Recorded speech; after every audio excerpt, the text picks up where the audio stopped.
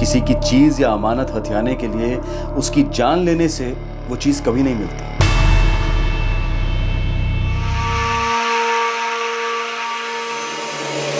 अगर कुछ मिलता है तो वो है बर्बादी, अपनी जिंदगी की बर्बादी।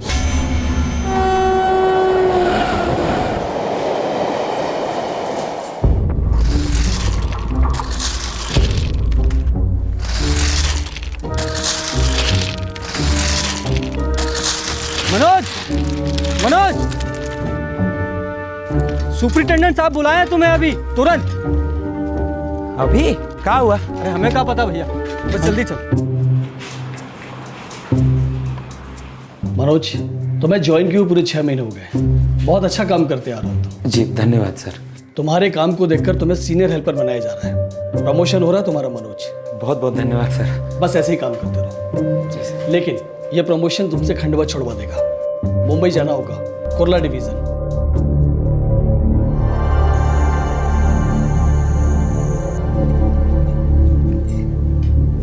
ये तो बहुत बढ़िया बात है मनोज बेटे। और बाबूजी 6 पे कमीशन के हिसाब से तनख्वाह भी बढ़ा के मिलेगी। भाई वाह, ये तो सोने पे सुहागा। मुंबई की मुंबई और तरक्की की तरक्की। हाँ भैया, बस एक बार आप वहाँ सेटल हो गए तो फिर मैं भी आऊँगा मुंबई। मुंबई मेरा सपना है। तेरा सपना सच होगा राकेश। बस 2-4 महीने लगेंगे सब कुछ सेट करने में, फिर तुम दोनों को बुला लूंगा मुंबई। और माँ, पैसे हर महीने में भेजता रहूंगा। वो सब तो ठीक है, पर हम नहीं चाहते कि तुम इतने बड़े शहर में अकेले जाओ। प्रमीला के घर वाले कब से शादी की तारीख के बारे में पूछ रहे हैं, उन्हें क्या जवाब दे?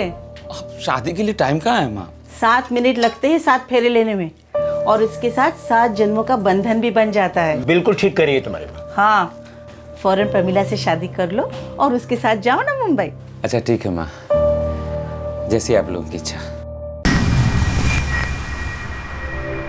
अच्छा प्रमिला, अपना ख्याल रखना और कुछ भी जरूरत पड़े तो हमें फोन कर देना। मनोज, हमारी बहन का ख्याल रखना। जयेश भैया आप चिंता ना करिएगा, वहाँ पर पहले ही से सब कुछ सेट है। प्रमिला वहाँ खुश रहेगी। और सुनो, तुम दोनों अपना अपना काम करते रहना है। जैसे ही सही लगेगा तुम दोनों को मुंबई बुला लूंगा। ला, हाँ खुश। हाँ आ जा तू।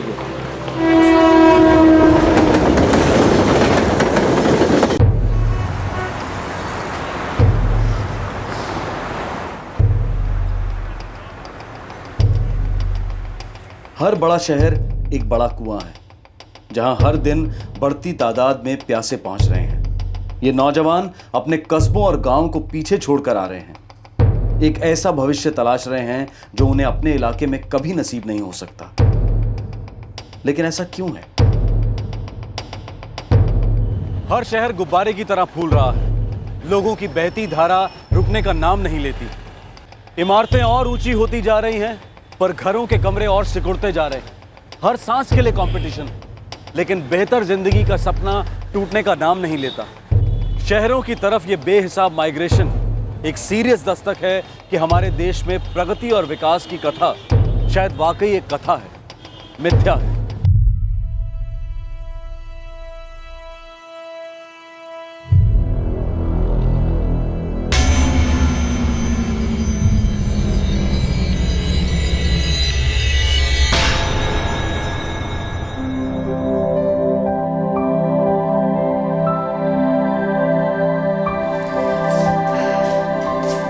लीजिए जी, भिंडी है आपके पसंद की और साग भी है। यार ये तुम 56 भोग बनाना बंद ही कर दो।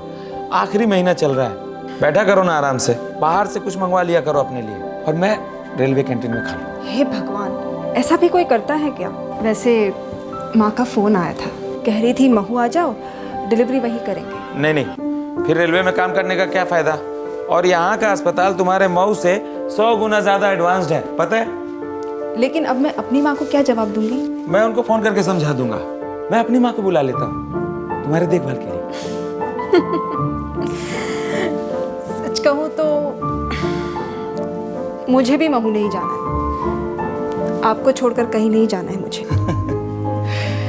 ये भी ठीक है जी। अच्छा सुनो, राम और राकेश दोनों मुंबई आने के लिए बहुत उतावले हैं। दोनों यहीं सेट होना चाहते हैं। तो बुलवा लीजिए ना। हाँ, लेकिन सोच रहा हूँ क्वार्टर थोड़ा बड़ा मिल जाए तो। दिल में जगह हो तो कमरों में जगह बन ही जाती है। और मुझे पता नहीं है क्या कितना प्यार है आप भाइयों का आपस में। ठीक है, मैं आज ही फोन कर देता हूँ और कह देता हूँ मुंबई का 1 वे टिकट करवा लो बच्चू। हाँ भैया, हाँ हाँ हाँ, अम्मा भी साथ चलेंगी। मैं आज ही टिकट बुक करवाता हूँ। और तैयार रहना, बच्चे की जिम्मेदारी से बच नहीं पाओगे चाचू। भैया सच में बहुत मजा आएगा, सोच के ही बहुत खुशी हो रही है। ठीक है ठीक है। मुंबई। अरे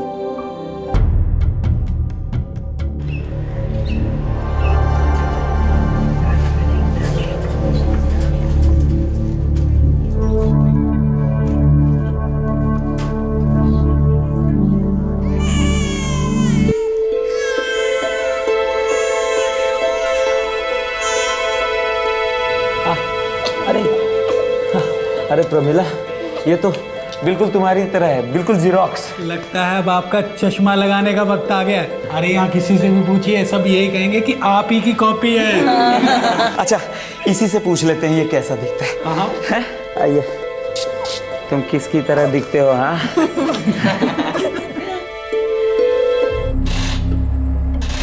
राकेश, अरे इस वक्त कोई जगह खाली नहीं है। एक आध तो होगी, मैं कुछ भी काम कर लूँगा, चाहे पार्ट टाइम मजदूरी का ही हो, ये मशीन पोंछने का या यहाँ साफ सफाई का, बस काम की शुरुआत हो जाए। हो जाएगी, शुरुआत हो जाएगी।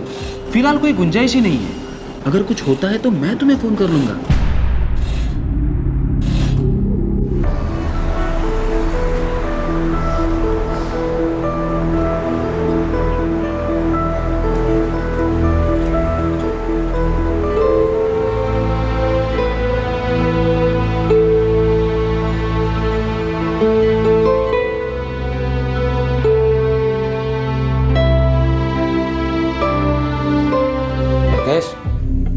ये रोटी नहीं खाने से काम थोड़ी ना जल्दी मिल जाता है। भैया देखिए ना, मैं भी 1 हफ्ते से हाथ पैर मार रहा हूँ, कुछ काम ही नहीं आता हाथ में। आपको ना राम भैया अपनी पढ़ाई नहीं छोड़नी चाहिए थी।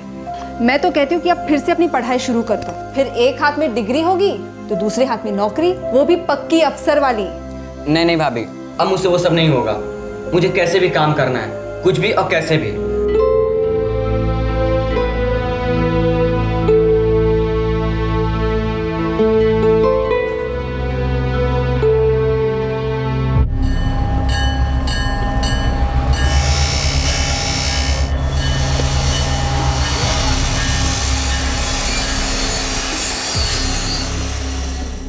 भैया मुझको भी यहीं अपने यार्ड में कोई काम दिलवा दीजिए।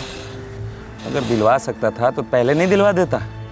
ये सरकारी संस्था है, यहाँ पे हर नौकरी एग्जाम पास करके पाई जाती है। भैया पर बिना एग्जाम का या बिना डिग्री का भी तो काम होता है। ये सब हमाली मजदूरी करना, ये सब सामान ही यहाँ से वहाँ ले जाना।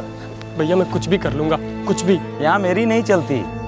खंडवा होता तो किसी न किसी से बात करके कोई ना कोई सेटिंग करवा देता, लेकिन ये मुंबई है, यहाँ पे 2 करोड़ लोग अपनी अपनी सेटिंग में लगे हुए हैं। यहाँ नौकरियाँ बहुत है, लेकिन उसको पाने के लिए किसी न किसी का हाथ चाहिए सर पे।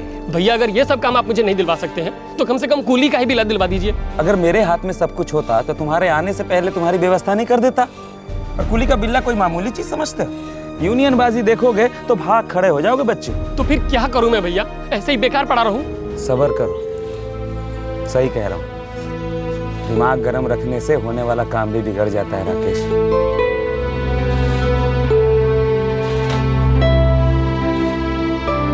मनोज मुंबई ट्रांसफर पर आया था। उसकी सेंट्रल रेलवे में सीनियर हेल्पर की नौकरी थी, एक तरीके से सिक्योर था। लेकिन उसके दोनों भाई राकेश और राम मुंबई की जॉब मार्केट की भूल भुलैया में खो गए थे। डेली मजदूरी भी डेली बेसिस पर नहीं मिल रही थी। कोई एक फिक्स्ड करियर, कोई एक फिक्स्ड नौकरी दोनों भाइयों से आंख में चोली खेल रही थी। और मुंबई छोड़कर वापस जाने के बारे में ये दोनों सोच भी नहीं रहे थे, जिसकी वजह से फ्रस्ट्रेशन लेवल्स काफी हाई हो गए थे।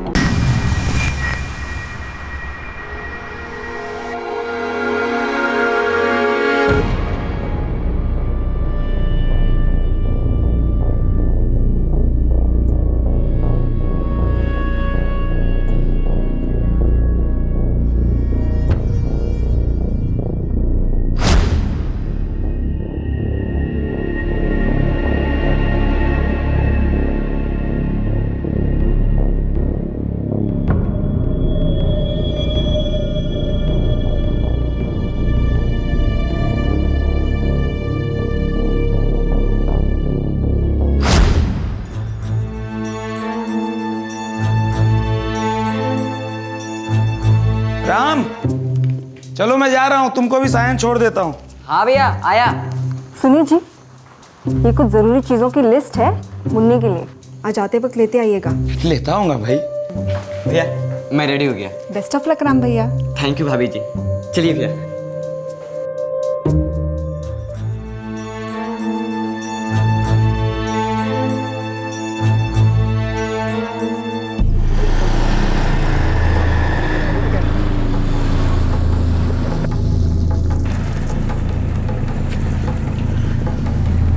अच्छे से इंटरव्यू देना।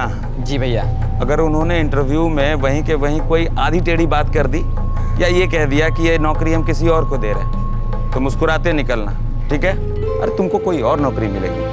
चलो।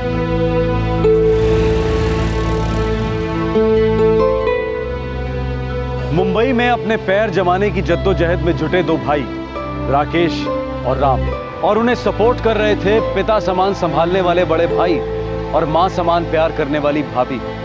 दिन आसान नहीं थे, लेकिन धीरे धीरे सुधरने के आसार नजर आ रहे थे। तभी अचानक एक कहर टूट पड़ा। तकदीर ने एक ऐसी पलटी मारी कि जिंदगियां ही बदल गई, हमेशा के लिए।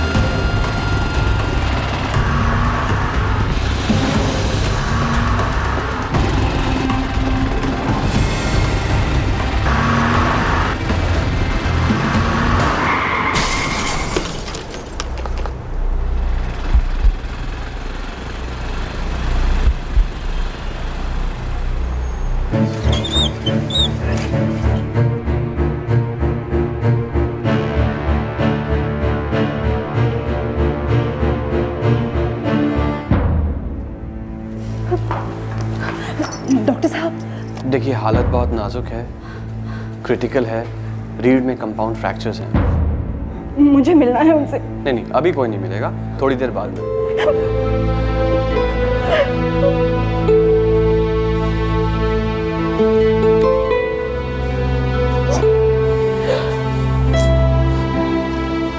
भाभी अब आप घर चले जाइए, हम लोग हैं ना यहाँ पे, हम लोग सब संभाल लेंगे। जब तक मैं उन्हें देखती नहीं, मैं यहाँ से हिलूंगी नहीं। भाभी जब भैया को होश आ जाएगा तो हम लोग आपको खुद ही बुला लेंगे।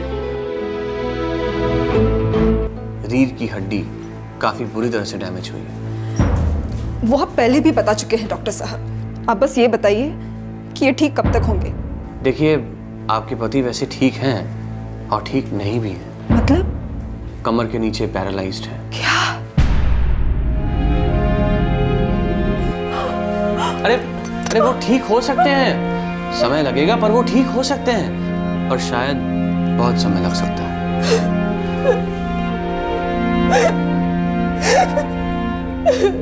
प्रमिला, तुम्हारे पति मनोज की सारे यार्ड में बड़ी इज्जत है। देखो तुम किसी चीज़ की चिंता मत करना, मनोज के इलाज में कुछ खर्च नहीं होने वाला है। रेलवे हॉस्पिटल हमारे लोगों के लिए ही तो है। और हाँ, मनोज की तनख्वाह, पूरी की पूरी तनख्वाह महीने के आखिर में तुम्हारे हाथ में पहुंच जाएगी, सब कुछ पहले की तरह। और देखना, देखते ही देखते अपना मनोज फिर से काम पर होगा। धन्यवाद सर। देखो तुम्हें किसी भी चीज़ की ज़रूरत हो, किसी भी तरह की मदद की ज़रूरत हो तो सीधे यार्ड में चले आना, ठीक है? चलता हूँ। नमस्ते।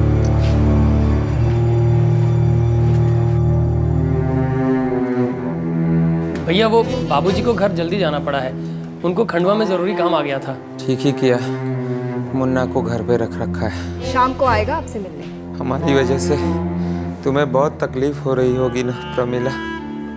हाँ, बहुत तकलीफ हो रही है आपकी वजह से। आप भी ना कैसी कैसी बातें करते हैं। बस सिर्फ आराम करेंगे। पानी पीजिए। अगर आज मेरे पास भी काम होता तो मैं भी आपकी कुछ ना कुछ मदद कर देता। मैं तो यहाँ बोझ बन के रह गया हूँ। क्या राकेश भैया फिर से वही बात कर रहे हैं? राकेश, दोबारा ऐसी बात मत बोलना, ये बोझ वाली बात। थोड़ा बुरा वक्त आ गया है, सब ठीक हो जाएगा। एक बार हम ठीक हो जाए फिर तुम दोनों का मामला फिट कर दूंगा। जोगलेकर साहब हमारे काम से बहुत खुश हैं। कोई ना कोई जैक भिड़ा देंगे शायद वो। तुम दोनों टेंशन मत लेना, सब ठीक हो जाएगा, सब ठीक हो जाएगा। अरे नहीं, क्या चाहिए? ये अरे वाह,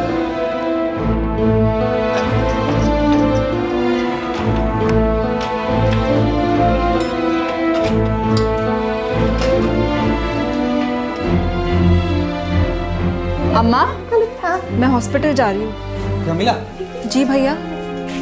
मेरी आज दोपहर की ट्रेन है। घर पर सबको मेरा प्रणाम कहना भैया। ठीक, मना मत करना, रख ले, काम आएंगे। चलती हूँ।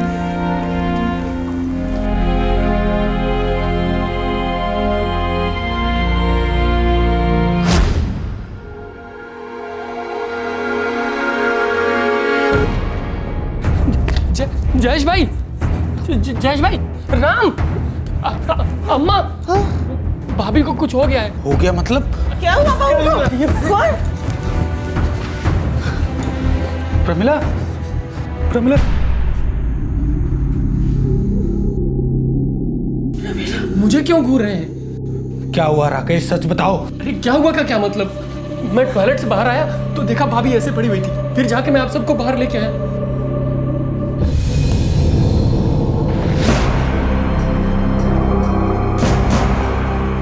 दरवाजा तो अंदर से बंद है, फिर किसने किया होगा ये सब?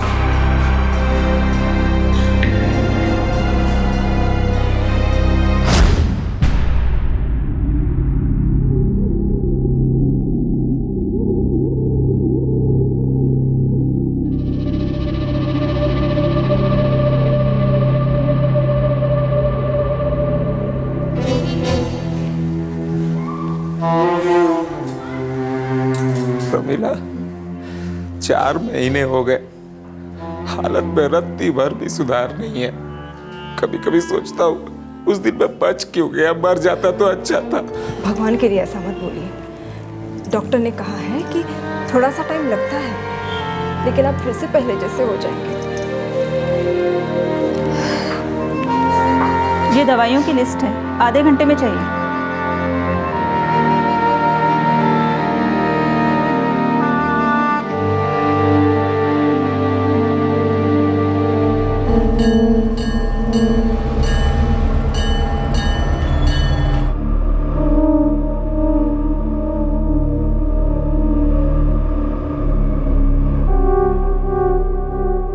आप अंदर जा सकती हैं। प्रमिला, मौजूदा हालात में हम तुम्हारे पति के लिए जो भी कर सकते हैं वो सब कर रहे हैं। इनकी एक तनख्वाह से गुजारा नहीं हो रहा है। घर में छोटा बच्चा है, इनके 2 भाई हैं, माँ है, और ऊपर से नर्स ने दवाइयों की इतनी लंबी लिस्ट दे दी है। मैं हॉस्पिटल में बात करके दवाइयाँ मुफ्त करवाने की कोशिश करता हूँ। Thank you sir. वैसे प्रमिला, पैसों की तंगी है तो एक और तरीका है, अगर इंटरेस्टेड हो तो बताओ। क्या करना होगा सर?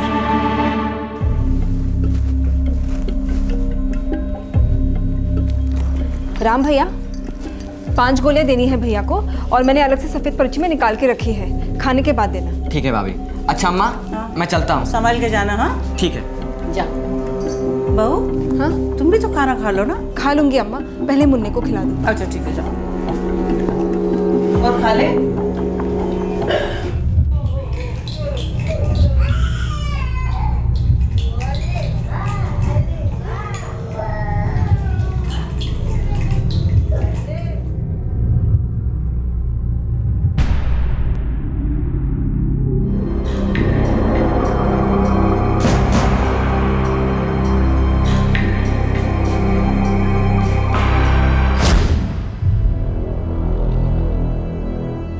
हो सकता है भाभी को रात में कुछ हुआ होगा, कुछ मेंटल शॉक वॉक, और इसलिए उन्होंने आत्महत्या कर लिया होगा। मेरी बहन आत्महत्या कभी नहीं कर सकती। अरे उसके लिए कोई कारण तो होना चाहिए। हमारी बहन का मर्डर हुआ है। अरे क्या बकवास कर रहे हैं आप? बकवास क्या है और हकीकत क्या है ये तो अब पुलिस ही बताएगी।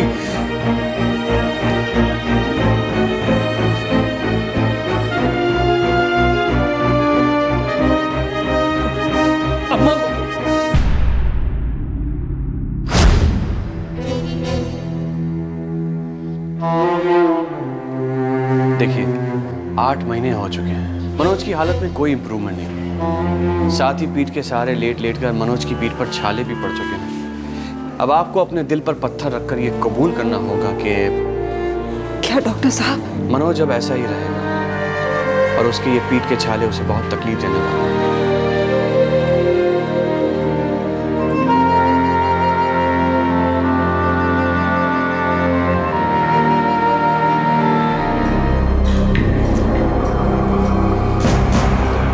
भाभी, आपसे बात करनी है। क्या?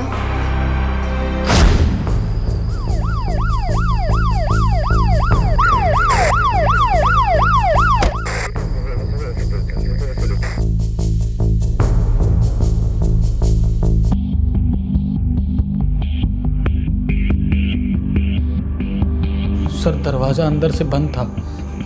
सर जब मैं टॉयलेट से बाहर निकला तो मैंने देखा भाभी यहाँ अजीब ढंग से पड़ी हुई थी। उसके बाद मैंने पास जाके देखा तो मुझे लगा कुछ गड़बड़ है। उसके बाद मैंने सबको जगा दिया और यहाँ लेके आया। सर एक मिनट सर, गड़बड़ तो हुई है। बॉडी को पोस्टमार्टम के लिए भेज दो। आप सबको अभी के अभी पुलिस स्टेशन में हाजिर होना होगा।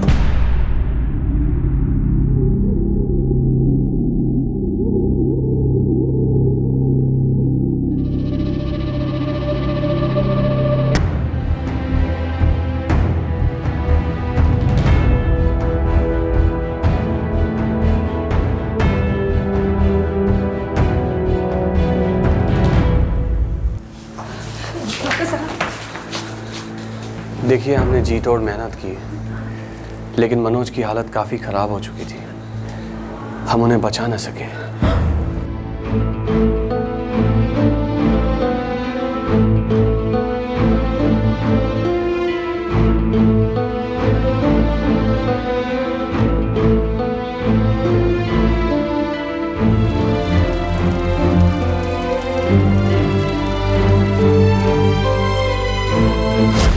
ये आदमी झूठ बोल रहा है सर। मुझे तो शक है कि इस आदमी ने ही मेरी बहन का मर्डर किया है। सर ये बकवास कर रहे हैं, पागल हो गए हैं सर ये। सर ये नहीं चाहता था कि मेरी बहन यहाँ रहे, ये चाहता था कि मेरी बहन यहाँ से कहीं दूर चली जाए। जयेश भैया, आपसे बात करनी है। बोलो। भैया, भाभी को लेके वापस घर चले जाइए। ऐसे दुख में रहना और जिंदगी भर तड़पते रहना अच्छा नहीं है। और उनके पास तो पूरी जिंदगी है, उनकी तो दोबारा शादी भी हो सकती है। अच्छा सुझाव है, पर यह समय उचित नहीं है। कुछ दिन बीत जाने दो, और उसके पहले मैं प्रमिला की मर्जी भी जान लेना चाहता हूँ।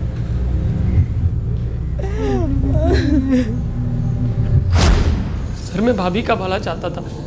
मैं चाहता था दोबारा उनका घर बस जाए, वो फिर से सेटल हो जाए। इसमें क्या गलत है सर? ये आदमी साफ साफ झूठ बोल रहा है सर। इसके दिमाग में उस समय भी कोई ना कोई गेम चल रही थी। कैसा गेम? भैया, ये राकेश भैया ठीक नहीं है, गलत इरादे हैं उनके भैया। साफ साफ कहो, क्या कहना चाहती हो तुम? वो एक अरसे से यही चाह रहे हैं कि मैं इस घर से चली जाऊं। मनोज के जाने के पहले से ही वो इस कोशिश में है भैया। ये क्या कह रही हो तुम? भाभी, आपसे बात करनी है। क्या? अब आप वापस अपने घर चले जाइए। भैया की और मुन्ना की मैं और राम मिलकर देखभाल कर लेंगे। कैसी उटपटांग बातें कर रहे हो राकेश भैया? मैं अपने पति और बच्चे को छोड़कर कैसे जा सकती हूँ? भाभी कैसी बात कर रही हैं आप क्यों नहीं समझ रही हैं? बहुत कठिन और लंबा रास्ता पार करना पड़ेगा, और यहाँ रुक के वैसे भी आप कुछ नहीं कर पाएंगी। राकेश भैया, क्या इरादा है आपका? अब साफ साफ कहते क्यों नहीं कि क्या चाहते हैं आप?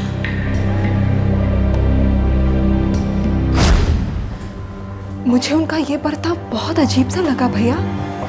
मेरी समझ में नहीं आ रहा था कि वो मेरे साथ ऐसा क्यों पेश आ रहे थे। पर आज जब हम मनोज का अंतिम संस्कार करके घर लौटे, तब सब कुछ साफ साफ नजर आ गया भैया। मैं जान गई कि आखिर वो मुझसे चाहते क्या है। क्या चाहते हैं ये? भाभी, कम से कम अब तो अपने घर वापस चले जाइए। अब चाहते क्या है राकेश भैया? भाभी, अगर आप घर वापस लौट गई हम दोनों भाइयों में से किसी एक को मनोज भैया की नौकरी मिल जाएगी। इससे पूरे परिवार का भला होगा, भाभी आपका भी भला होगा। बस मुझे मनोज भैया की नौकरी चाहिए, आप समझ जाइए।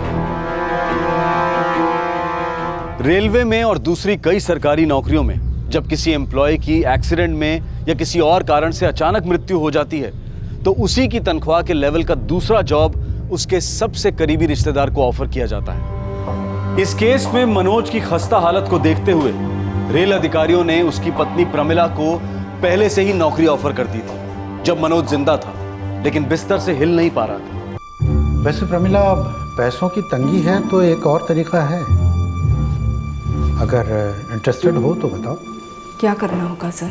देखो, हम दोनों ये अच्छी तरह से जानते हैं कि मनोज की हालत रातों रात तो ठीक नहीं हो सकती, और शायद ये भी हो सकता है कि वो कभी ठीक ही ना हो पाए। फिलहाल मैं तुम्हारे लिए इतना कर सकता हूँ कि तुम्हारा नाम रेलवे की नौकरी के लिए प्रपोज करूँ। आप बड़े दयालु हैं सर, इससे मुझे और मेरे परिवार को बड़ी मदद मिल जाएगी सर। लेकिन सर, मुझे पता नहीं है कि मैं ये नौकरी कर पाऊंगी भी या नहीं। ज़रूर कर पाओगे। अपने परिवार से इतना प्यार करती हो तो काम भी बहुत जल्दी सीख जाओगे। ये फॉर्म लो, इत्मीनान से पढ़कर भर देना।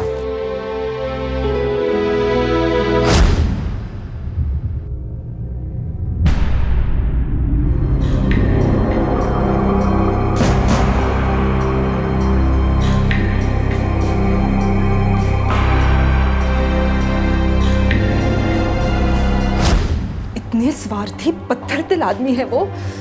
मनोज ने उनके लिए क्या कुछ नहीं किया भैया, और आज वो मेरे और मनोज के बच्चे की परवाह तक नहीं कर रहे हैं। सीधे उनकी नौकरी को हड़पना चाहता है भैया। भैया मैं कहाँ जाऊंगी? मुन्ने की परवरिश कैसे होगी भैया? और मैं नहीं चाहती कि मेरा और मनोज का बच्चा किसी की भी मेहरबानी पर पले पड़े। ऐसा कुछ भी नहीं होगा, तू बेझिझक होके वो नौकरी शुरू कर दे। और देख, तेरा भाई है ना तेरे साथ, तुझ पे और मुन्ना पे मैं कभी कोई आंच नहीं आने दूंगा। अपने भाई की नौकरी पाने के लिए इसने मेरी बहन का मर्डर कर दिया। वो नौकरी तो उसे पहले ही मिल चुकी थी, और ये सब इससे बर्दाश्त नहीं हुआ सर। इसके मन में लालच आ गया सर, और अब ये बार बार यही बात साबित करने पे तुला हुआ है कि मेरी बहन ने सुसाइड किया था। ये सब सर, ये आदमी क्रिमिनल है। सर, जयेश भाई बकवास कर रहे हैं, न सबूत न कुछ। मैं अपनी भाभी की हत्या क्यों करूंगा सर? एक मामूली नौकरी के लिए मैं अपनी जिंदगी क्यों बर्बाद करूंगा? आप खुद सोचिए सर, घर अंदर से बंद था जिसमें मेरे पकड़े जाने की पूरी संभावना थी, और सर ऐसी स्थिति में मैं ये कांड करूंगा? आप समझ रहे हैं ना सर?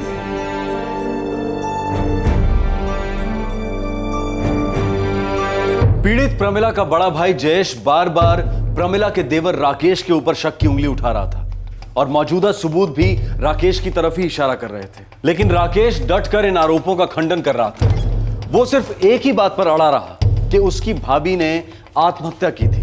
आखिरकार राकेश का छोटा भाई प्रमिला का सबसे छोटा देवर राम टूट गया, और उसने किया एक शॉकिंग खुलासा। राम, तुम्हारे भाई मनोज ने तुम सबकी जिंदगी बेहतर बनाने के लिए खूब मेहनत की। उनके जाने के बाद तुम्हारी प्रमिला भाभी ने तुम्हें माँ का प्यार दिया। उनके कंधों पर एक नन्ही सी जान की जिम्मेदारी थी। तुम्हें लगता है उन्होंने सुसाइड किया होगा? राकेश भी और मैंने भाभी को खूब समझाने की कोशिश की कि वो अकेले शहर में ये नौकरी पर करके मुन्ना को नहीं बड़ा कर पाएंगे। ये शहर गीत की तरह नोच नोच कर खा जाएगा दोनों को, मगर हमारी बातें भी सुनती दो। भाभी, मैं और राम 1 साल से नौकरी के चक्कर में धक्के खा रहे हैं। बस यही एक चांस मिला है। अगर ये नौकरी मुझे मिल गई तो मैं कहीं ना कहीं राम को भी फिट कर दूंगा। भाभी, हम वादा करते हैं, हम मुन्ना को अपने बच्चे जैसा पालेंगे। और आपके पास तो पूरी उम्र है, आप तो दोबारा शुरुआत कर सकती हैं। आपकी तो दोबारा शादी भी हो सकती है। राम और राकेश दोनों मुंबई आने के लिए बहुत उतावले हैं। दोनों यहीं सेट होना चाहते हैं। तो बुलवा लीजिए ना। क्वार्टर थोड़ा बड़ा मिल जाए तो। दिल में जगह हो तो कमरों में जगह बन ही जाती है। मैं आज ही फोन कर देता हूँ और कह देता हूँ मुंबई का 1 वे टिकट करवा लो बच्चू। आपके भैया आपकी हमेशा फिक्र करते, बहुत चाहते थे आप लोगों को, और आज जब उनकी अस्थियां ठंडी तक नहीं हुई है, आप दोनों की उनकी नौकरी पर नजर है। भाभी अगर हम नजर नहीं रखेंगे तो कोई बाहर का तीसरा बाजी मार ले जाएगा। ये मुंबई है भाभी, यहाँ दाहिने पैर के लिए बायां पैर रुकता नहीं है। ये कोई महू या खंडवा नहीं है कि मदद के लिए पूरा का पूरा गांव उमड़ के आ गया। और आप तो यहाँ टिक भी नहीं पाएंगी, गारंटेड आप यहाँ टिक नहीं पाएंगी। ऊपर से आप नौकरी करेंगी, बच्चे को संभालेंगी, पागल हो गई आप। पगला तो तुम दोनों गए हो, लालच में पगला गए हो। अरे मेरी फिक्र करना छोड़ ही दो तुम लोग। मेरे पास मेरे पति का बेशुमार प्यार है, ताकत है और हिम्मत है। मैं जैसे तैसे निभा लूंगी मुंबई में। तुम दोनों जाओ यहाँ से और अपने लिए कुछ करने की फिक्र करो। और राकेश भैया, आपको ये नौकरी तो मिलने से रही, इसका ख्याल भी अपने दिमाग से निकाल दो। तुम्हारे राकेश भैया ने तुम्हारी भाभी सगे भाई मनोज की पत्नी प्रमिला की हत्या की या नहीं?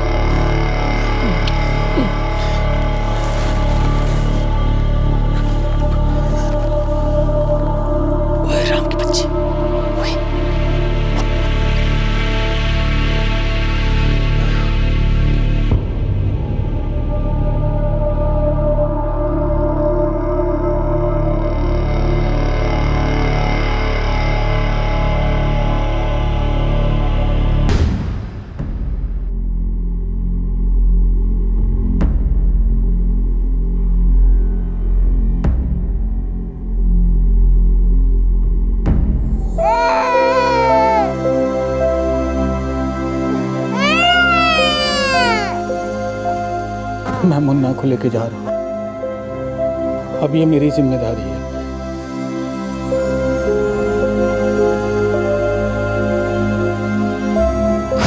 बस 2-4 महीने लगेंगे सब कुछ सेट करने में, फिर तुम दोनों को बुला लूंगा और माँ हर महीने पैसे मैं भेजता रहूंगा।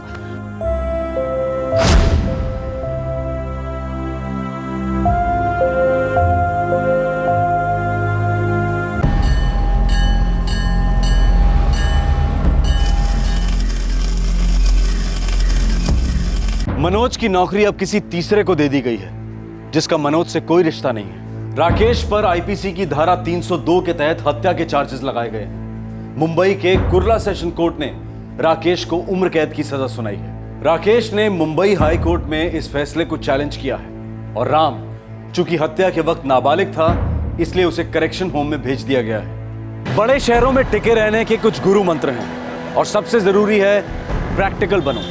यहाँ कुछ भी हो जाए कुछ फर्क नहीं पड़ता, बस आपको सरवाइव करना है। सारे देश से लोग सिर्फ 2-4 महानगरों की तरफ ही क्यों निकल पड़ते हैं? क्या भविष्य सुधारने के लिए इनके अलावा और दूसरा कोई साधन नहीं है, कोई विकल्प नहीं है? शहरवासी जब किसी खूबसूरत कस्बे या गांव में जाते हैं तो खुली हवा में सांस लेते हुए उनके होठों से ये बात निकल ही जाती है, वाह, इसे कहते हैं असली जिंदगी। और इसके बिल्कुल विपरीत हजारों लाखों गांववासी इस बात पे दृढ़ विश्वास रखते हैं कि अगर जिंदगी में कुछ करना है, कुछ बनना है, तो शहर जाना होगा। शहर मानो जन्नत है। ये उदाहरण मशहूर अंग्रेजी कहावत को सिद्ध करता है, the grass is greener on the other side. क्या ये शहर और गांव के बीच की दरार एक दस्तक है कि हमारे विकास की कहानी एक तरफा है?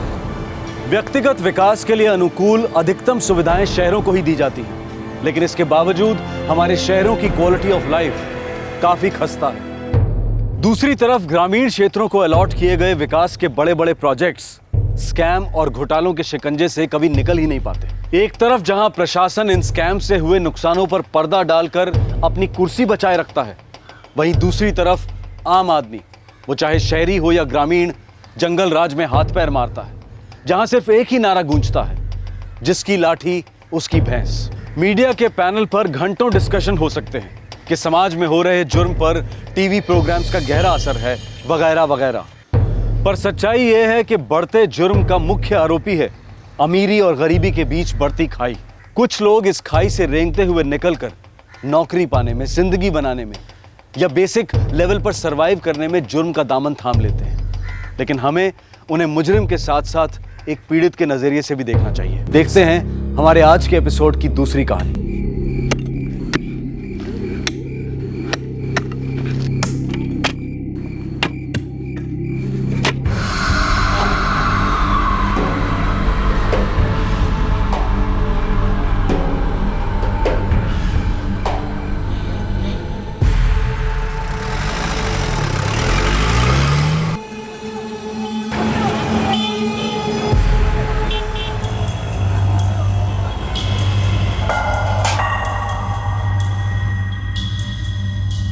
सात 700 ग्राम है। 18 लाख तक तो मिलेगा। लेकिन बिल तो नहीं है ना तुम्हारे पास? कुछ सोच समझ कर बोलो। अभी मार्केट में इसका 18 लाख मिलेगा, मानता हूँ, लेकिन बिना बिल का 18 लाख कोई नहीं देगा। देखो जितने में जाएगा उतने में जाएगा, करो कुछ। अभी 3 लाख दूंगा, फिर बाद में देखते हैं, जब बिके जितने बिके। ठीक है चलेगा। बिना बिल का माल है तो मेरा कमीशन 10% की जगह 20% होगा। हाँ वो भी चलेगा, पहले ग्राहक तो खड़ा करो। हाँ वो हो जाए। ये तुम्हारा 3 पेटी है। एक 700 ग्राम का गोल्ड बार, मार्केट वैल्यू 18 लाख रुपए। लेकिन ये सोना गैर कानूनी था, इसका कोई बिल नहीं था। आखिरकार ये सोना आया कहां से था? क्या ये स्मगलिंग का माल था? क्या इस पर किसी के खून के निशान थे? कई सवाल दस्तक दे रहे थे कि इस सोने में कुछ खोटा है।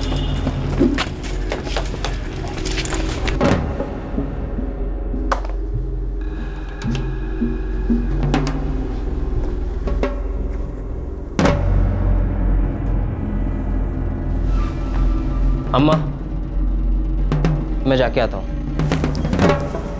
तू अचानक कहाँ चल दिया? वो फैक्ट्री में थोड़ा काम याद आ गया, जल्दी लौटूंगा।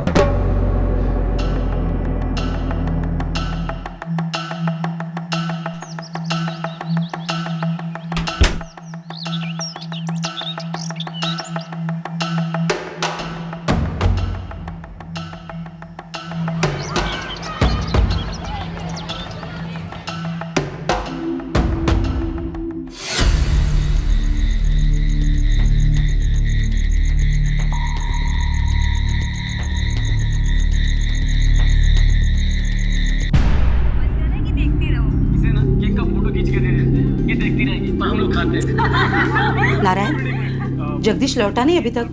बोला था जल्दी आऊंगा, जरा देखना बेटा। तुम भी क्या अम्मा, काम में होंगे भैया, आ जाएंगे। अरे छुट्टी के दिन भी ऐसा क्या काम आ गया उसे? तुम भी ना अम्मा। ये ले, यहाँ पड़ा है। आपके द्वारा डायल किया गया नंबर स्विच ऑफ है। काम में है। कैसे पता चला? फोन स्विच ऑफ है अम्मा।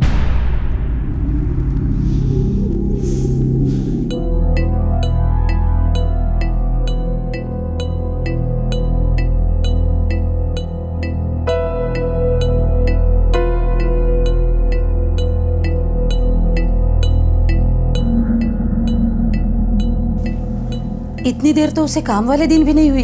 आज हुई होगी, घर को सर पर क्यों उठा रही हो? आ जाएंगे भैया। तू जरा देख तो, या मैं उसकी फैक्ट्री पे जाऊं?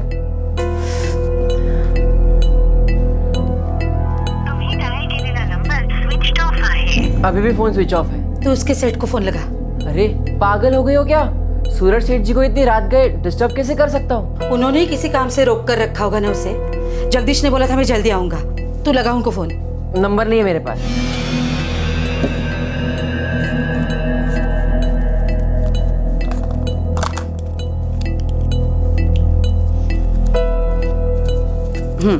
ये ले नंबर, फोन लगा।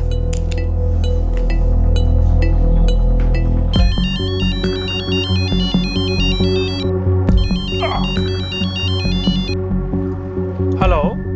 नमस्ते सर, मैं जगदीश का छोटा भाई नारायण बोल रहा हूँ। हाँ बोलो बोलो नारायण, कैसे हो? सब ठीक है? हाँ सर, बस वो जगदीश भैया बोले फैक्ट्री में कुछ काम था, अभी तक लौटे नहीं। आज दोपहर में ही गए थे। अरे भाई आज कैसे हो सकता है? आज तो रविवार है, फैक्ट्री बंद है। लेकिन भैया तो बोले थे फैक्ट्री में काम था। अच्छा देखो, शायद हो सकता है मेरा जो पार्टनर है ना महेश, उसने बुलवाया हो। हाँ? एक काम करो, उसके मोबाइल पे ट्राई कर लो ना। स्विच ऑफ है सर, और अम्मा भी थोड़ी परेशान है। अरे नारायण, अरे बच्चा थोड़ी ना है वो, है आ जाएगा, यहीं कहीं होगा। ठीक है, टेंशन मत लो। ठीक है सर। हाँ चल, कमाल है। अरे भाई जगदीश अपना है बैठा होगा अपने दोस्तों के साथ दारू पीने, तो घर पे झूठ बोल के गया कि मैं फैक्ट्री जा रहा हूँ। ये लोग ना कभी सुधरेंगे नहीं। देखती रहो। इसे ना केक का फोटो खींच के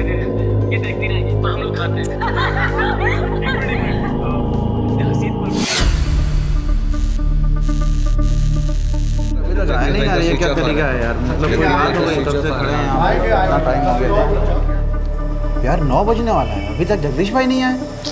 अजीब बात है। अरे शनिवार को उन्होंने खुद कहा था कि सोमवार को सुबह 8:30 बजे सारे वर्कर चाहिए, और आज खुद ही बोले। तो एक काम कर, फोन लगा ना उनको। हाँ फोन करता हूँ। यार 8:30 बजे बोल रहा हूँ। आपके द्वारा डायल किया गया नंबर तो स्विच ऑफ आ रहा है उनका। तो एक काम कर, सेठ को फोन लगा और बता दे हम सारे वर्कर 8:30 बजे यहाँ आ चुके हैं और अभी तक जगदीश भाई नहीं आए, ठीक है? और आज तो यार 10-10 सेट तैयार करने, क्या होगा उसका? पूछ ले, पहले बात कर ले। हेलो सेठ, मैं दिनेश कारीगर बोल रहा हूँ। हाँ बोलो दिनेश। सेठ अभी तक जगदीश भाई नहीं आए, यहाँ ताला लगा हुआ है। आज तो बहुत काम है सेठ। यार ये इसको हो क्या गया है? अच्छा ठीक है, तो एक काम करो, तुम वहाँ रुको, मैं 10 मिनट में पहुँच रहा हूँ। ठीक है सेठ। आपके द्वारा डायल किया गया नंबर स्विच ऑफ है।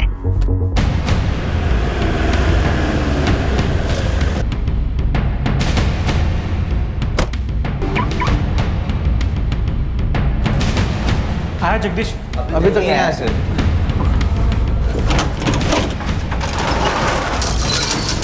फटाफट काम शुरू कर दो सब लोग।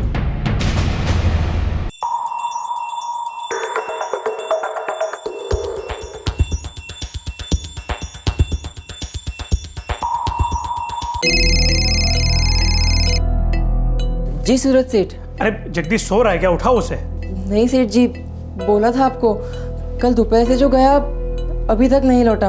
अच्छा ठीक है, वो जैसे ही घर आएगा ना उसे बोलो मुझे तुरंत फोन करे। जी सेठ जी। कुछ पता चला? नहीं अम्मा, बस इतना पता चला भैया कल फैक्ट्री नहीं गए और आज सुबह भी वहाँ नहीं पहुँचे। हे भगवान, कहाँ गया होगा जगदीश?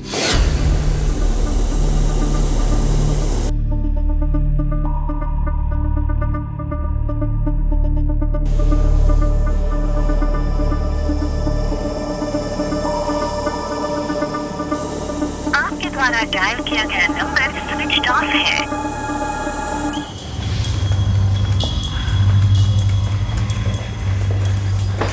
हाय हाय महेश। अरे हाँ संचित भाई।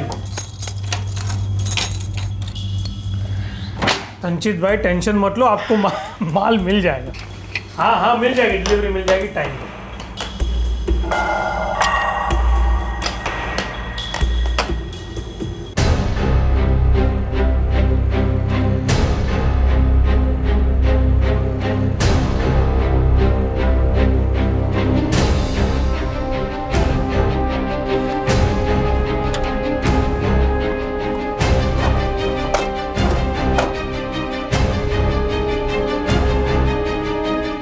तीन दो 5, ये तो सिर्फ 5 ही है।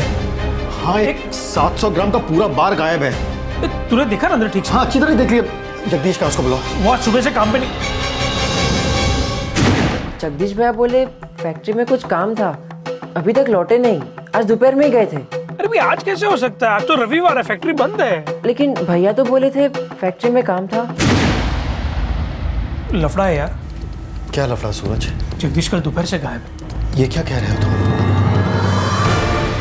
5 अगस्त 2012 की दोपहर को मुंबई के दहीसर वेस्ट इलाके से सोने का एक कारीगर जगदीश रावत गायब हो गया। इतवार का दिन था, ज्वेलरी यूनिट बंद थी।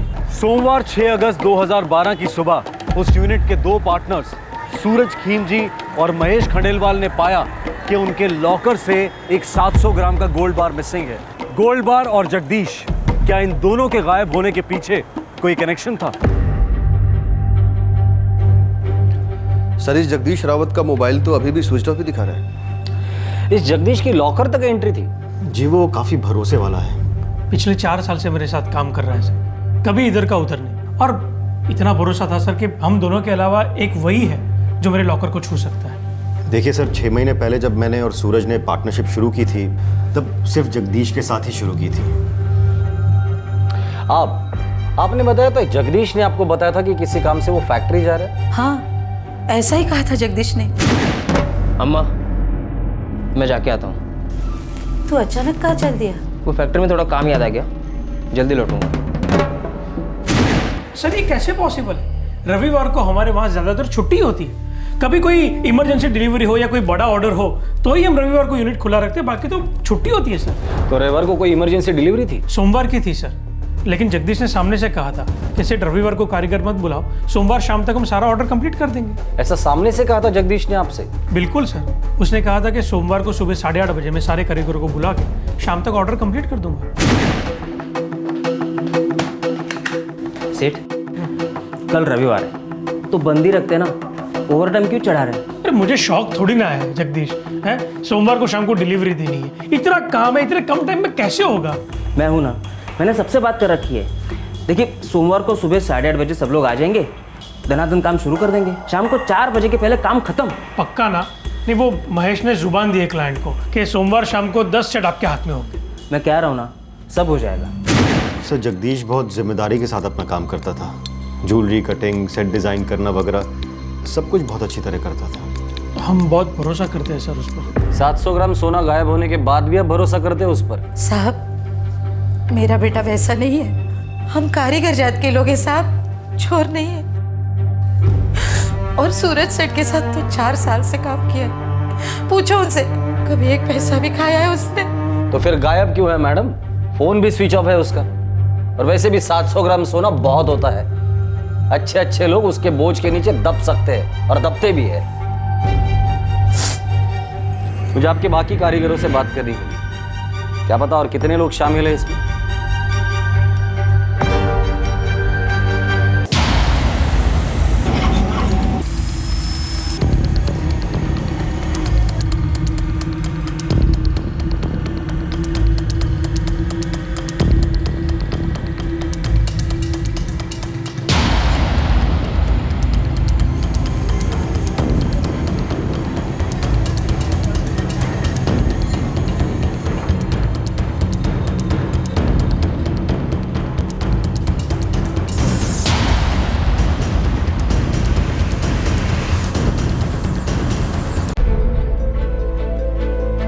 फोन अभी भी स्विच ऑफ आ रहा है अम्मा।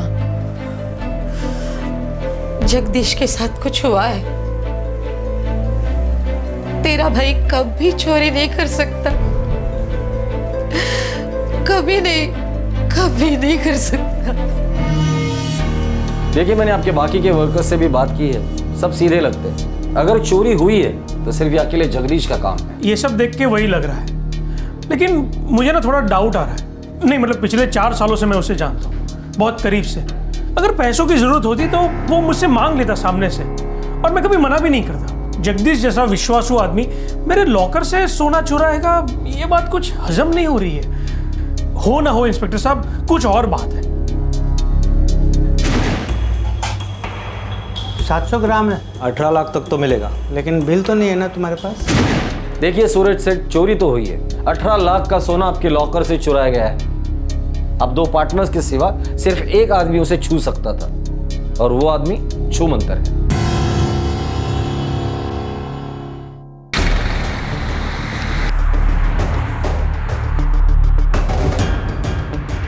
सर वहाँ पे इतने सारे ज्वेलरी सेट्स थे, 6 गोल्ड बार भी था, फिर उसने एक ही क्यों चुराया? पाटिल, उसे पता था एक से ज्यादा उसके लिए भारी पड़ सकता है। उसकी लालच सिर्फ 18 लाख तक की थी। सर ये भी तो हो सकता है कि उसकी लालच किसी और की थी और ये बस एक मोहरा था। महेश यार, आई एम रियली सॉरी यार। नहीं सूरज, तुम क्यों सॉरी बोल रहे हो? तुम और मैं तो सपने में भी नहीं सोच सकते थे कि तेरा 4 साल पुराना सबसे वफादार कारीगर ऐसा करेगा। पता नहीं उसने ऐसा किया क्यों। नारायण, सच सच बोल, जगदीश ने कभी तुझसे कुछ बात की थी? कुछ भी? क्या अम्मा, थोड़ी देर पहले बोल रहे थे कि भैया ऐसा कभी नहीं कर सकते, और अभी तू भी उन लोग जैसे सोच रही है। देख, ये तो कोई जवाब नहीं हुआ, तू सच सच बता। अभी लिख के दूं? बोला ना नहीं, कुछ नहीं बोला। मनीषा को तो बोला होगा, जरूर बोला होगा।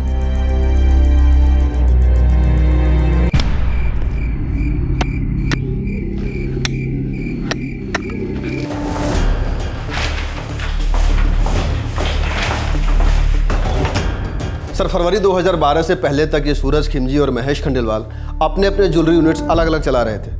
वैसे दोनों कई सालों से हैं इस लाइन में। मतलब फरवरी 2012 में वो दोनों साथ मिल गए? जी हाँ सर, इस साल फरवरी में दोनों ने अपने अपने ज्वेलरी यूनिट्स को साथ में मिला दिया और पार्टनरशिप शुरू की। अच्छा, ये जगदीश के सेलफोन की आखिरी लोकेशन क्या है? सर, अलीबाग। अलीबाग?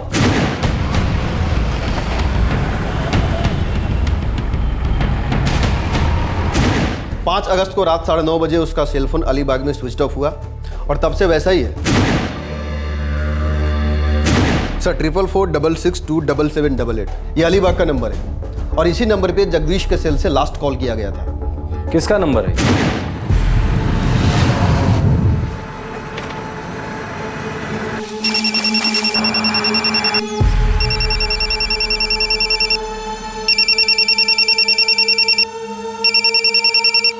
हाँ जगदीश।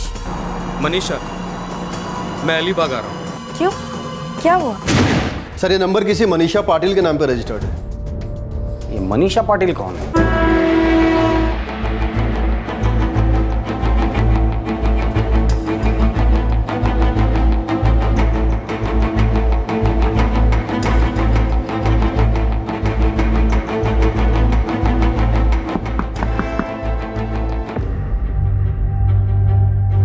मनीषा पाटिल कौन है?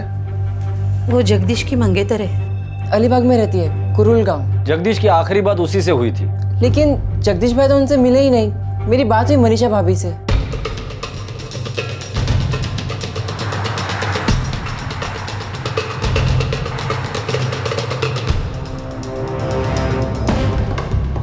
पाटिल, अब तक तो इस जगदीश के बारे में सब लोग अच्छा ही बोल रहे हैं। पिछले 4 साल से सूरज खिमजी के यहाँ पूरी ईमानदारी से अपनी जिम्मेदारी निभा रहा था, पर अचानक ये चोरी करने की बुद्धि उसे आई तो आई कहाँ से? उसकी मंगेतर मनीषा का क्या रोल है इसमें? और वो उसे मिलने क्यों गया था? सर, शायद वो मनीषा पाटिल से मिलने गया ही नहीं था।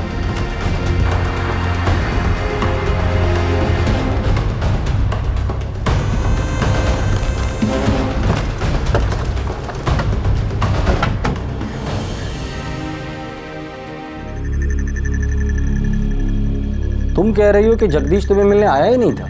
जी सर, वो मुझसे मिलने नहीं आया था।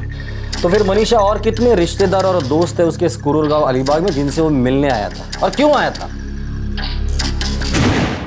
मनीषा, मैं अलीबाग आ रहा हूँ। क्यों, क्या हुआ? डील फाइनल कर रहा हूँ। अरे ऐसे कैसे? पैसे कहाँ हैं? मेरी जेब में। क्या? गोल्ड बार के बारे में कुछ बताया उसे? क्या गोल्ड बार? डील की बात कर रहा था वो। कौन सी डील? मनीषा, कौन सी डील फाइनल होने जा रही थी? सर, मुझे नहीं पता, आप किशोर दत्ता से पूछिए। किशोर दत्ता? अब ये किशोर दत्ता कौन है?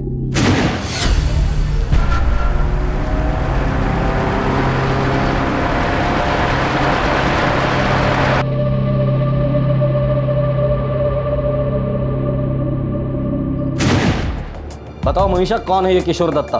तुम्हारे मंगेतर जगदीश और इस किशोर का रिश्ता क्या है? जगदीश पहले यहीं कुरुल गांव में काम करता था। एक ज्वेलरी की फैक्ट्री है यहाँ। और किशोर? किशोर उस यूनिट में इलेक्ट्रिकल काम करता था।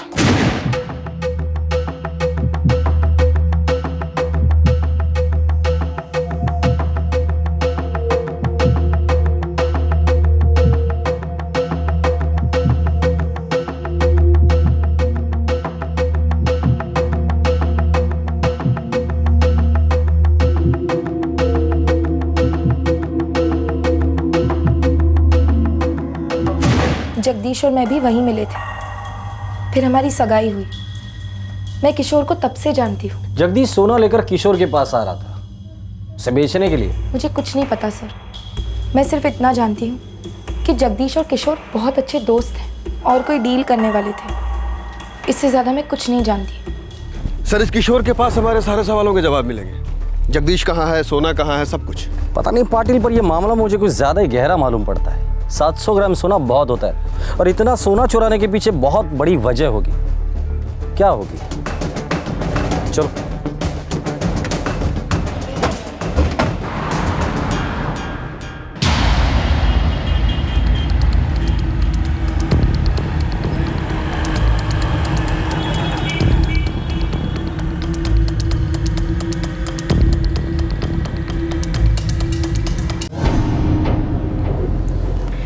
700 ग्राम। वो भी 24 कैरेट। बिना बिल का सोना है? अरे कांति भाई, बिल तो आते जाते रहेंगे, सोना तो सोना है ना। हाँ, सोना वही है जो बिके, और खुले मार्केट में ये बेचना सबसे मुश्किल है। अरे कांति भाई, तो ऐसे मत बेचो ना, जेवर बना दो इसके। कोई माइक का लाल नहीं पहचान सकेगा कि ये जेवर का सोना कौन से मार्केट से आया। बोलो। 20,000 तोले के हिसाब से 14 लाख रुपए दूंगा, उससे 1 रुपए ज्यादा नहीं। आप भी क्या याद करोगे कांति भाई कि क्या सौदा किया था। 14 पेटी मंजूर नक्की हो।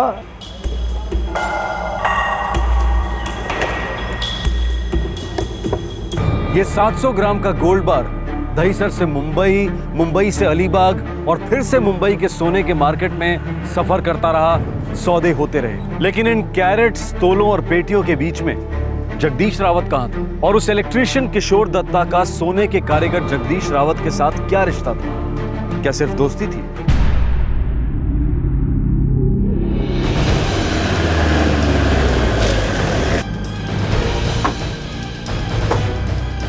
किशोर दत्ता, सिर्फ दोस्ती है साहब, बाकी काम वाम उसका वो जाने। मेरा दूर दूर तक कोई लेना देना नहीं है सोने वोने के साथ। 5 अगस्त को जगदीश तुम्हें मिलने आ रहा था। ये 5 अगस्त को? नहीं साहब, मैं नहीं मिला था जगदीश से। हमें पता है 5 अगस्त को जगदीश तुम्हें मिलने आ रहा था।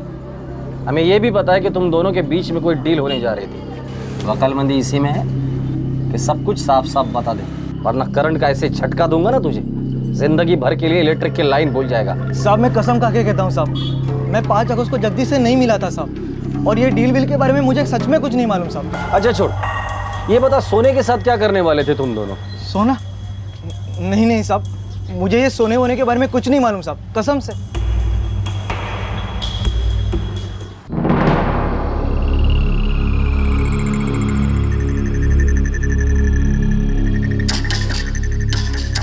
सर, रविवार 5 अगस्त को इस किशोर का सेलफोन 12 बजे स्विच ऑफ हुआ और उसी दिन शाम को 7 बजे फिर से ऑन हुआ। 7 बजे के बाद की लोकेशन क्या थी? वापले गांव।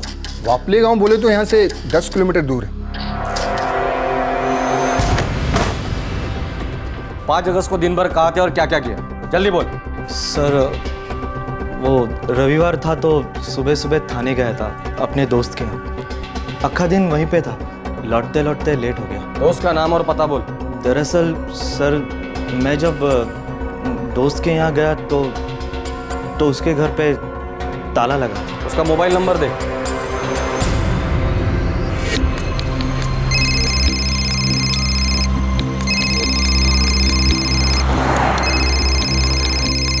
हेलो, आप कौन? पुलिस।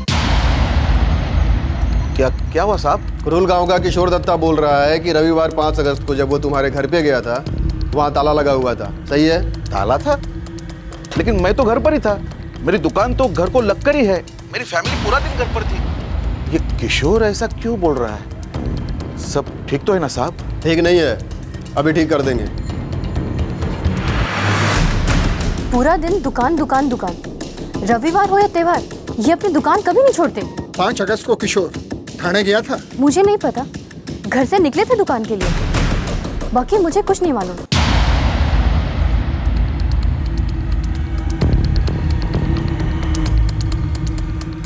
देख किशोर, बहुत झूठ बोल लिया तूने।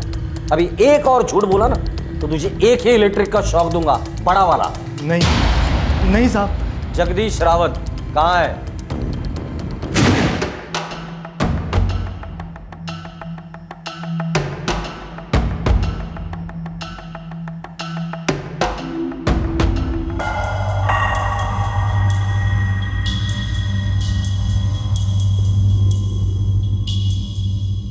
खरा है ना?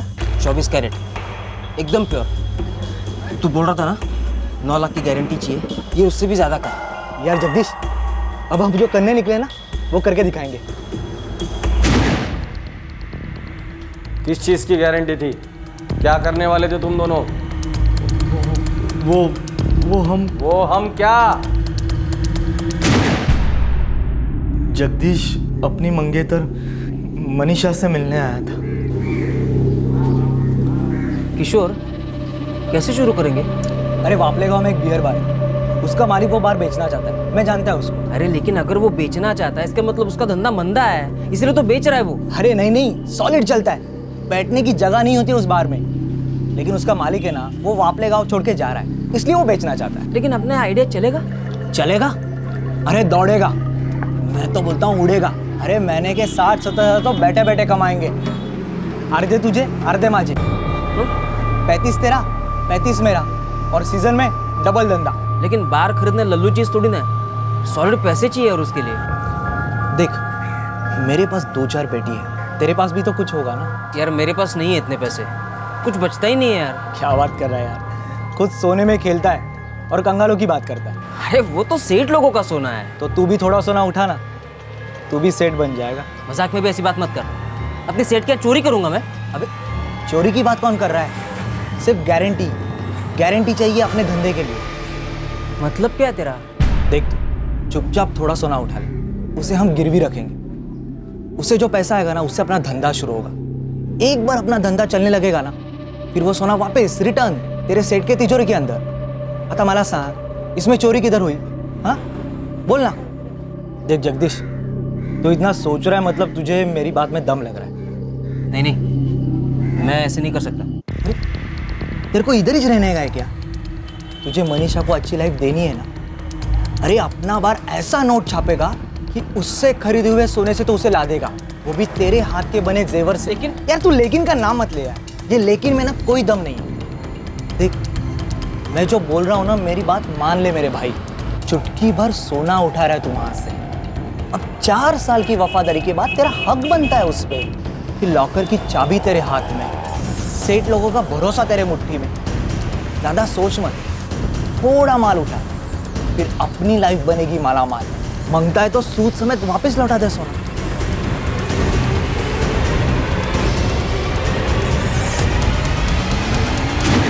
तो जगदीश सोना लेकर तुम्हारे पास आया था?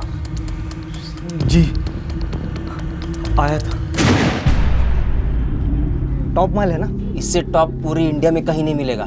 परसों ही हमारे महेश सर लेकर आए ऐसे 6 बार, पूरे 700 ग्राम का है। कितने मिलेंगे? 4-6 पेटी? और बोल 10?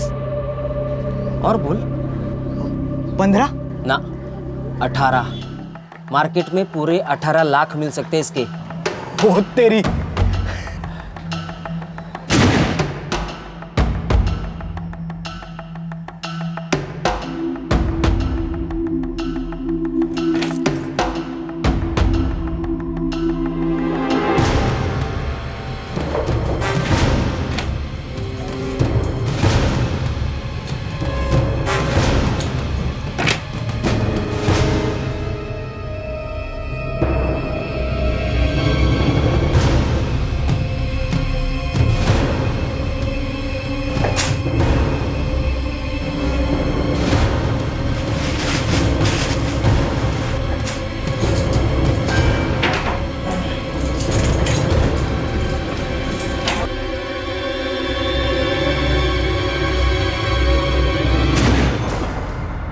जगदीश रावत कहाँ है?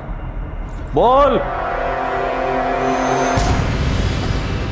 जगदीश रावत एक ईमानदार सोने का कारीगर था जो खुद अपना एक छोटा सा धंधा शुरू करना चाहता था। अपने दोस्त किशोर के बहकावे में आकर उसने जुर्म की दुनिया में कदम रखा। उसने अपने बिजनेस को फाइनेंस करने के लिए अपनी ज्वेलरी फैक्ट्री से सोना चुराया। जगदीश रावत के मालिक उस पर भरोसा करते थे और उसने वो भरोसा तोड़ दिया। जगदीश अभी हम ना उस बियर बार में जाते हैं, हाँ? मस्त एक ठंडी ठंडी बियर मारते और फिर गर्मा गर्म डील करते उससे मालिक से। यार अपनी लाइफ तो सेट है, हाँ? चल चल।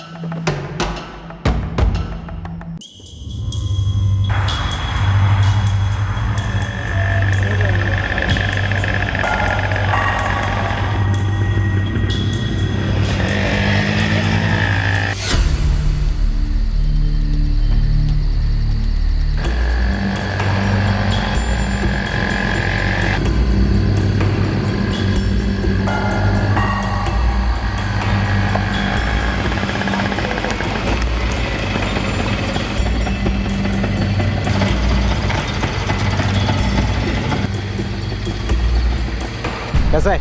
एकदम मजे। जगदीश ये गोपाल, गोपाल साने, और ये केशव भोसले। हेलो। वो जो बार है ना, वो इनका है। अब कुछ ही देर में अपना हो जाएगा। लेकिन इस वीराने में बार, अबे तू देखेगा ना तो वही चक्कर आके गिर जाएगा। सॉलिड ढासू बार है। तू चल ना, चल।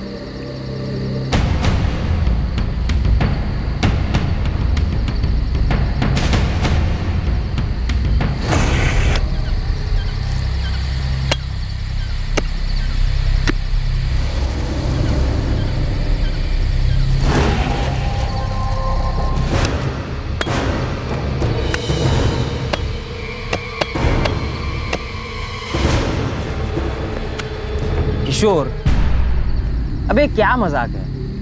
यहाँ कहाँ है बार? ये तो जंगल है। अरे जगदीश, थोड़ा सब्र कर यार। आगे देख, थोड़ी देर में इसी जंगल में मंगल होगा। चल।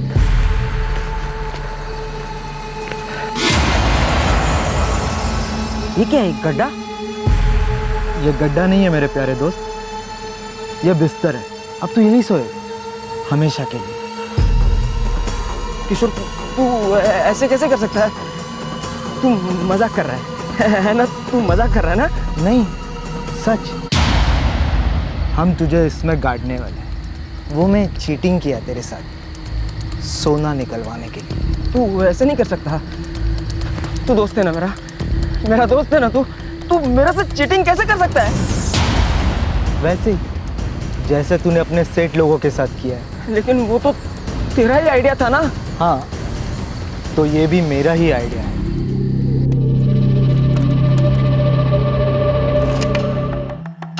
सोना कहाँ है? बेच दिया। किसको? 700 ग्राम है। 18 लाख तक तो मिलेगा इसका। लेकिन बिना बिल का 18 लाख कोई नहीं देगा। अभी 3 लाख दूंगा और फिर देखते हैं बाद में, जब बिके जितने बिके हो।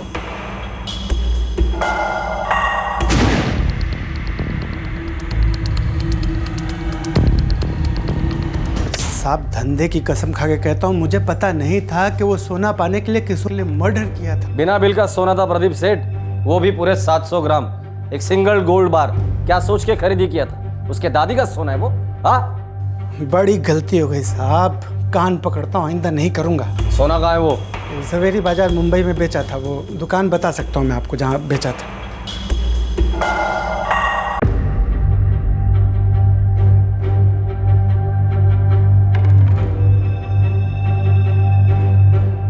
चुराया हुआ सोना हम लोगों ने जवेरी बाजार से रिकवर कर लिया है। Thank God. तो अब ये कि आपको अलीबाग सेशन कोर्ट में उसकी वापसी के लिए एक एप्लीकेशन फाइल करनी पड़ेगी, क्योंकि ये केस वहां दर्ज हुआ है। आप टेंशन मत लीजिए, आपको सोना वापस मिल जाएगा। जितना टेंशन सोना खोने का था, उससे कहीं ज्यादा टेंशन भरोसा खोने का है सर। हम व्यापारियों की वही पूंजी होती है, और एक बार वो पूंजी लुट जाए तो दुनिया की कोई भी कानूनी कोर्ट वो वापस नहीं कर सकती। कितना अच्छा कारीगर है, कितना भरोसेमंद। पता नहीं उसने ऐसा किया क्यों सर।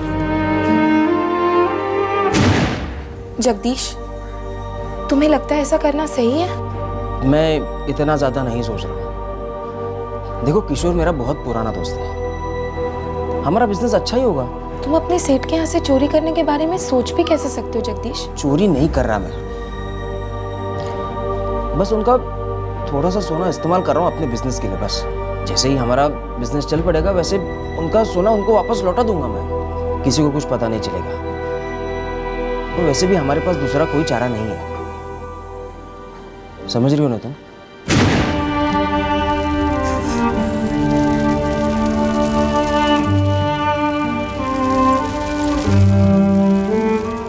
किशोर दत्ता, केशव भोसले और गोपाल साने फिलहाल अलीबाग के रेव डांडा पुलिस की कस्टडी में हैं। उन पर आईपीसी की धारा 302 और 201 के तहत मर्डर और सबूत मिटाने के चार्जेस लगे हैं। अलीबाग के जौहरी प्रदीप संघवी ने बेल के लिए एप्लीकेशन दी है। गलत ढंग से कमाया गया पैसा जिंदगी में किसी को आगे नहीं बढ़ाता, किसी भी बिजनेस को नहीं चलाता।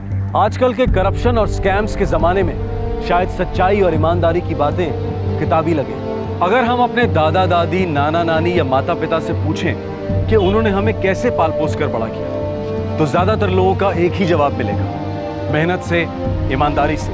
आम आदमी अपने चारों तरफ भ्रष्टाचार की जहरीली चकाचौंध से घिरा है। लेकिन उसके लिए समझदारी इसी में है कि वो अपनी आंखों पर पट्टी बांधकर ईमानदारी और मेहनत से जिंदगी बसर करे। आम आदमी के लिए तरक्की करना कभी आसान नहीं रहा और आगे भी नहीं होगा, क्योंकि उसके पास हर समस्या का आसान हल नहीं है, जैसे कि भ्रष्ट इंसान के पास होता है, जिसे फर्क नहीं पड़ता कि पैसा कहां से आया है। आम आदमी के लिए बिजनेस लोन मिलना पहाड़ चढ़ने से कठिन होगा, और अपने बिजनेस को ईमानदारी से चलाना उससे भी बड़ा पहाड़ होगा। और फिर बड़ी बड़ी कॉर्पोरेट कंपनीज के बेशर्मी से भरे लालच के साए में आम आदमी के छोटे छोटे बिजनेसेस चींटियों की तरह कुचल दिए जाएंगे। लेकिन सलाम है उस आम आदमी को जो फिर से खड़ा होने की कोशिश करेगा, लेकिन बेईमानी की बैसाखी कबूल नहीं करेगा। ऐसे मेहनती और सोने के बने आम लोग, मैंगो पीपल, एक देश को खास बनाते हैं, महान बनाते हैं। एक विवाद अक्सर उठता है कि अगर बड़े बड़े लोग बड़ी बड़ी चोरियां कर रहे हैं, तो मैं अगर थोड़ी सी सेल्फ हेल्प कर लूं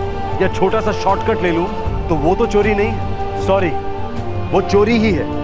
आपके लिए, मेरे लिए, सारे समाज के लिए चोरी की रोटी है, और वो कभी हजम नहीं होती, खासकर आम ईमानदार आदमी के पेट में। और यही खासियत है आम आदमी की। आपसे फिर मुलाकात होगी क्राइम पेट्रोल दस्तक में एक और नए केस के साथ। क्राइम पेट्रोल के और भी दिलचस्प कहानी देखने के लिए हमारे चैनल को सब्सक्राइब करें और बेल आइकॉन दबाना न भूलें।